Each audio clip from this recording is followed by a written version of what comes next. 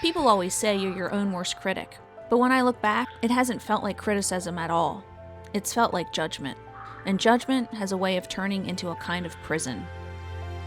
There have been stretches of my life where I felt trapped inside my own mind, talking myself in circles, holding myself to impossible standards, and quietly suffocating under the weight of my own expectations. It wasn't that I didn't have ideas, I had too many. It wasn't that I didn't want to create, I wanted it so badly that the wanting hurt. But when the story is yours, when the voice is yours, it suddenly feels dangerous to let it out. So I did what a lot of us do. I poured myself into other people's visions instead. Their dreams didn't require me to confront my own fear. Their projects didn't expose my insecurities. And for a while it worked. I felt productive. It felt responsible. I stayed busy. I stayed helpful. I stayed out of my own way. But here's the truth I didn't want to admit.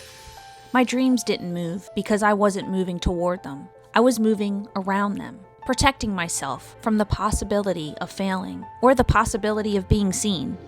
Eventually, something in me shifted.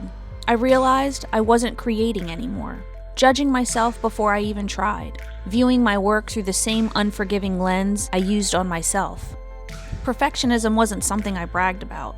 It was something I hid behind. It was the anchor I dragged everywhere, heavy, exhausting, constant.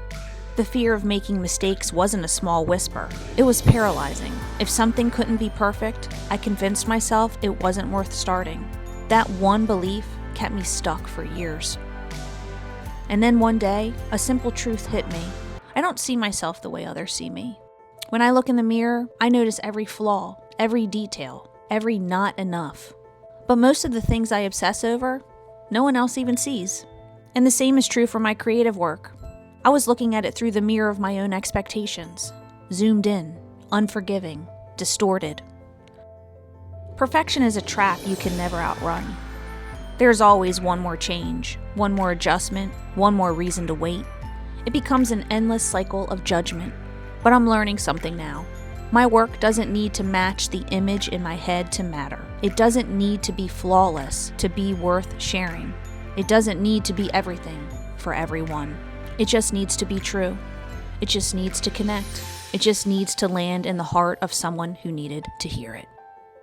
If something I help makes someone breathe, or feel seen, or feel less alone, then that is more than enough. Scott Adams wrote, "Creativity is allowing yourself to make mistakes. Art is knowing which ones to keep." I'm learning to keep more of them, to let the rough edges stay, to let the imperfect version go out into the world anyway, to trust that my humanity is a feature, not a flaw.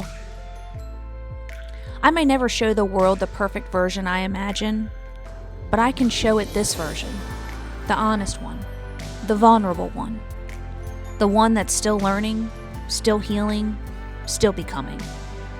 And maybe that's the most perfect thing I could ever offer.